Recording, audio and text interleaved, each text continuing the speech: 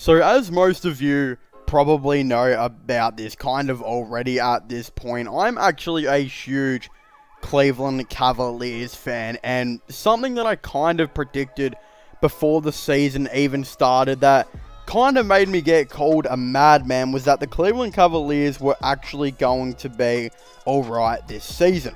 Now, I don't really want to get too ahead of myself because last season the Cleveland Cavaliers started off 5-5, and there was some, potential hope there. But this season, at the time of making this video, the Cleveland Cavaliers are starting off 6-4, and honestly, there just seems to be a way different atmosphere about this Cavaliers team. Something that we have not seen in a very, very long time.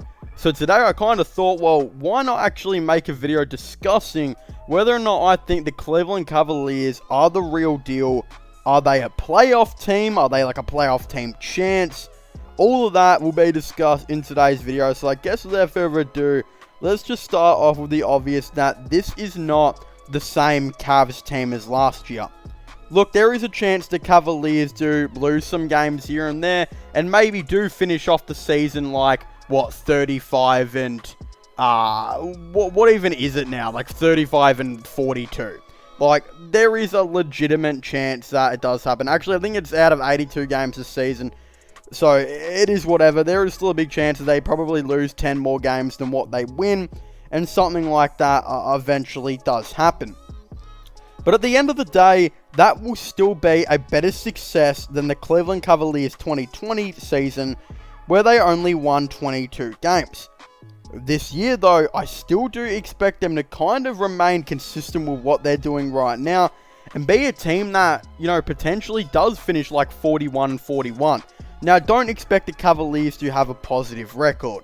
I think a lot of people really need to kind of take a step back and not get exactly too ahead of themselves.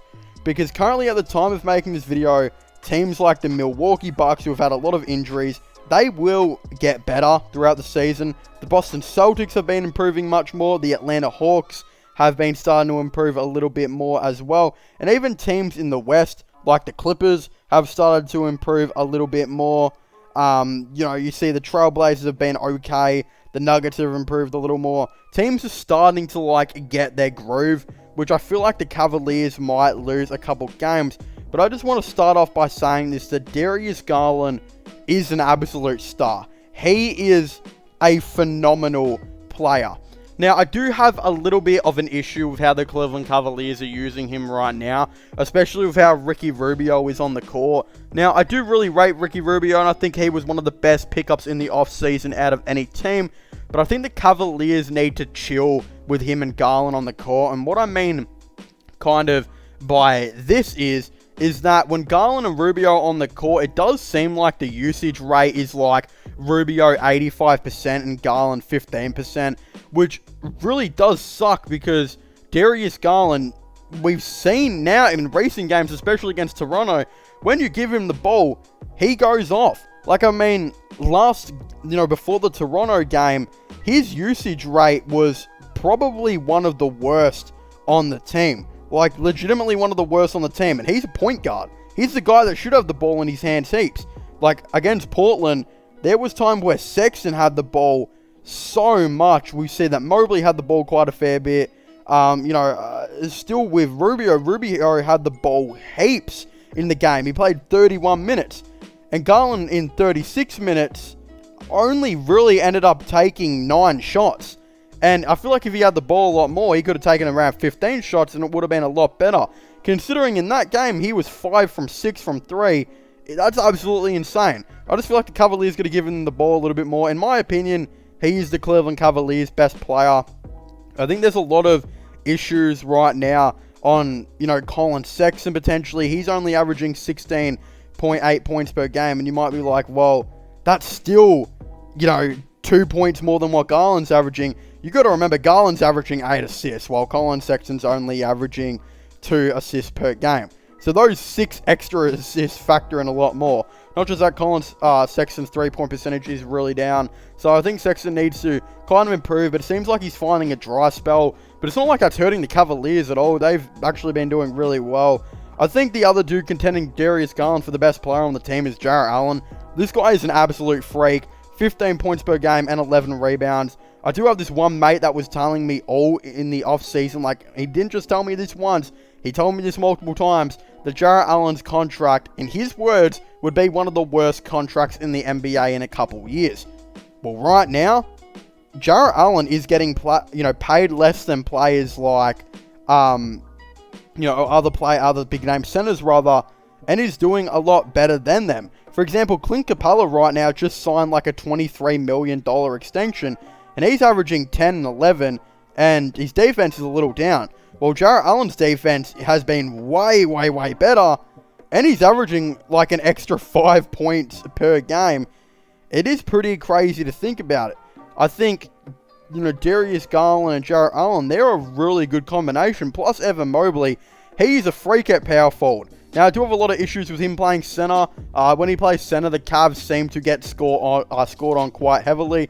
He's just not exactly big enough to play center yet. He needs to go in the gym a little more and just kind of work on his positioning. But when he plays power forward, my goodness, is he the best 7-foot perimeter defender in the league? Like, that is a genuine question, because he is the most shots contested in the game right now. And I'm pretty sure I saw a stat where he has like one of the highest blocks per game on the perimeter as well. This dude is absolutely insane. His perimeter defense for a 7-footer is absolutely elite. It is insane. Like, legitimately insane. The other reason the Cavaliers have been really good this year too is Cedi Osman. Dude, in 18 minutes per game, Cedi Osman is averaging 10 points on 50% from 3, 24 of 48. Cedi Osman is a freak. Like, there is so many of these players, that are doing really well. Now, my only issue is, hold on a second, the Cavaliers, they might get burnt out, right? Before I answer that, the question, are they the real deal? We'll talk about Rubio as well and Markkanen. Are they going to get burnt out? Are the Cleveland Cavaliers going to get burnt out? Because that's what happens every season. They usually start off pretty good and then get burnt out. In my opinion, no. I don't think they will get burnt out, because right now, they still have 3 injuries that no one's talking about. Kevin Love, Lauri Markkanen, and Isaac Okoro. All dudes that play above 20 minutes per game. And here's the thing. In a couple games when players like Collins, Darius Garland, Jarrett Allen, and Evan Mobley all get tired, well, then you can just bring Lauri Markkanen and Kevin Love back in from their, COVID things and give them 25 plus minutes per game, and you'll get good production. And Isaac Okoro is hopefully, I think, coming back very soon from the hamstring injury. He's averaging 27 minutes per game off the bench this year. The Cleveland Cavaliers have an outstanding amount of depth. And then you've still got Dylan Windler, only playing 9 minutes per game off the bench with really good 3-point percentage. This dude will get minutes here and there if some of those players get tired, or Garland or Sexton need a rest. Because right now, Garland is playing around 33 minutes per game, and Mobley's playing around 35, and Jarrett Allen's playing around 33. They're going to need some rest maybe here and there. But even that, Rubio's still playing. Kevin Pangos hasn't really had much time this NBA season. I expect him to maybe get some time here and there. This Cleveland Cavaliers team is the real deal.